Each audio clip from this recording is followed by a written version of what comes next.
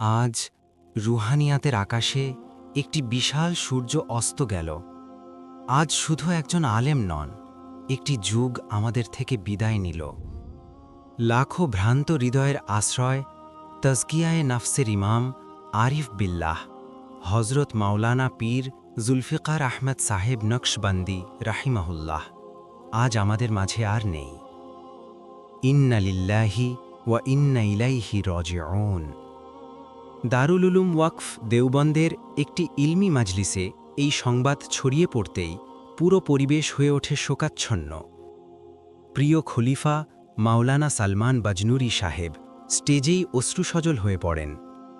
সেই অশ্রু ছিল পুরো উম্মার কান্না। যিনি আমাদের শিখিয়েছেন আল্লাহকে ভালোবাসতে, গুনাহ থেকে ফিরে আসতে আর সুন্নাহকে জীবনের অলংকার বানাতে।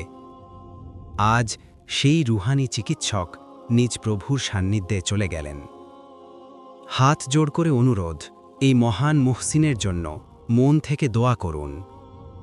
হে আল্লাহ, তার মর্যাদা বাড়িয়ে দিন, জান্নাতুল ফিরদাউসে সর্বোচ্চ মাকাম দান করুন, আর আমাদের দিন তার রেখে যাওয়া আমলের ওপর চলার তাওফিক।